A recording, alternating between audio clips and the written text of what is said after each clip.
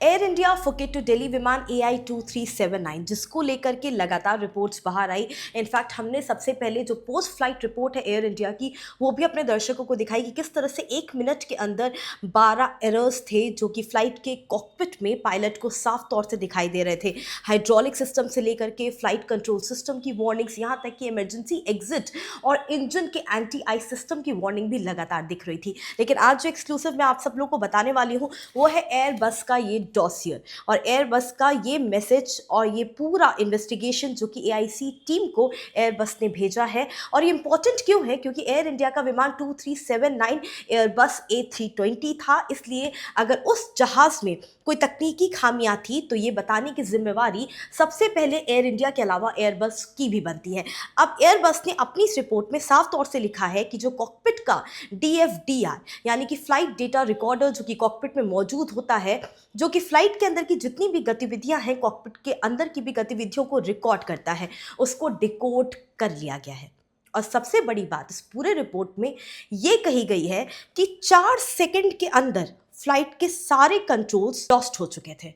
यानी कि 4 सेकंड के अंदर फ्लाइट का हाइड्रोलिक सिस्टम, फ्लाइट का एयरलॉन, फ्लाइट का एलिवेटर कुछ भी काम नहीं कर रहा था।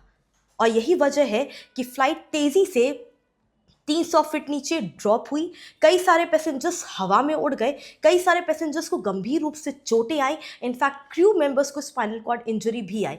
अब ये डेटा क्या कहता है? जो इन्वेस्टिगेशन रिपोर्ट है, इन्वेस्टिगेशन रिपोर्ट कहती है कि DFDR डिकोड कर लिया गया है। सबसे पहले green hydraulic system completely lost हो चुका था, जिसके तुरंत बाद जो येलो और ब्लू हाइड्रोलिक सिस्टम है वो भी लॉस्ट हो चुका था। इनफैक्ट उसके इमीडिएटली बाद जो जहाज का दोनों विंग्स हैं उनमें एच में एक सिस्टम होता है एयरलॉन, वो एयरलॉन भी 4 सेकंड तक के लिए उसने अपना कंट्रोल कंप्लीटली खो दिया। जिसके अलावा जो एलिवेटर्स हैं जहाज के, उनके भी कंट्रोल लॉस्ट हो गए। इनफैक्ट जब पायलट ने कंट्रोल लेने की कोशिश की मैनुअली पूरे जहाज की, तब भी कोई असर नहीं पड़ा और जो प्लेन है वो 300 फीट ड्रॉप हो गया।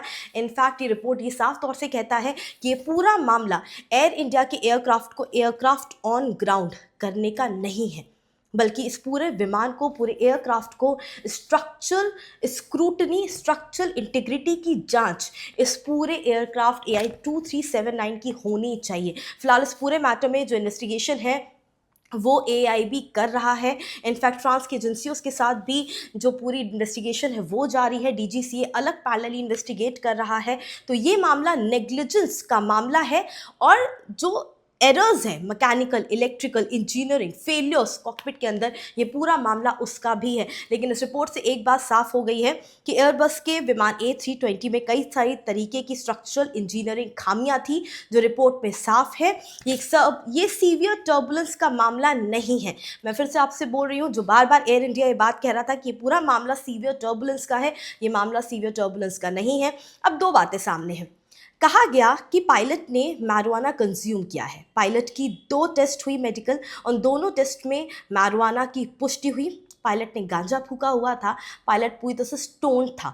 एक फैक्टर है वो। दूसरा फैक्टर है प्लेन के हाइड्रोलिक सिस्टम और बाकी सिस्टम्स के 4 सेकंड तक कंट्रोल खो जाना और 1 मिनट के अंदर इमीडिएटली 12 एरर कॉकपिट में दिखना। ये दूसरा पहलू है। अब इन्वेस्टिगेशन दोनों पहलुओं पे जारी है, एरर पर भी और पायलट के मैरिजुआना कंजम्पशन पर भी। प्रोटोकॉल बनाने पर एयर इंडिया विचार कर रहा है।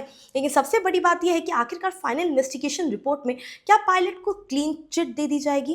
क्या ये कहा जाएगा फाइनल इन्वेस्टिगेशन रिपोर्ट में कि पायलट के मैरिजुआना कंजम्पशन की गलती से ये हादसा नहीं हुआ है, बल्कि यह हादसा या जो मेडिकल इमरजेंसी डिक्लेयर हुई वो स्ट्रक्चरल और मैकेनिकल फॉल्ट की वजह से हुई? ये तो वक्त ही बताएगा, क्योंकि फिलहाल AIB इस पूरे मामले की जांच कर रही है।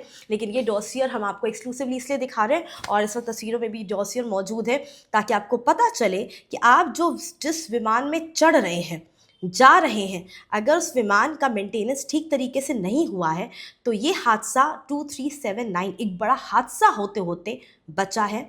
मेडिकल इमरजेंसी के तहत प्लेन लैंड तो कर गया था, काफ़ी सारे पैसेंजर्स 17 पैसेंजर्स गंभीर रूप से घायल हुए थे, लेकिन ये दोबारा हो पाएगा कि नहीं, इसकी गारंटी आज की तारीख में एयर इंडिया भी नहीं दे सकता है।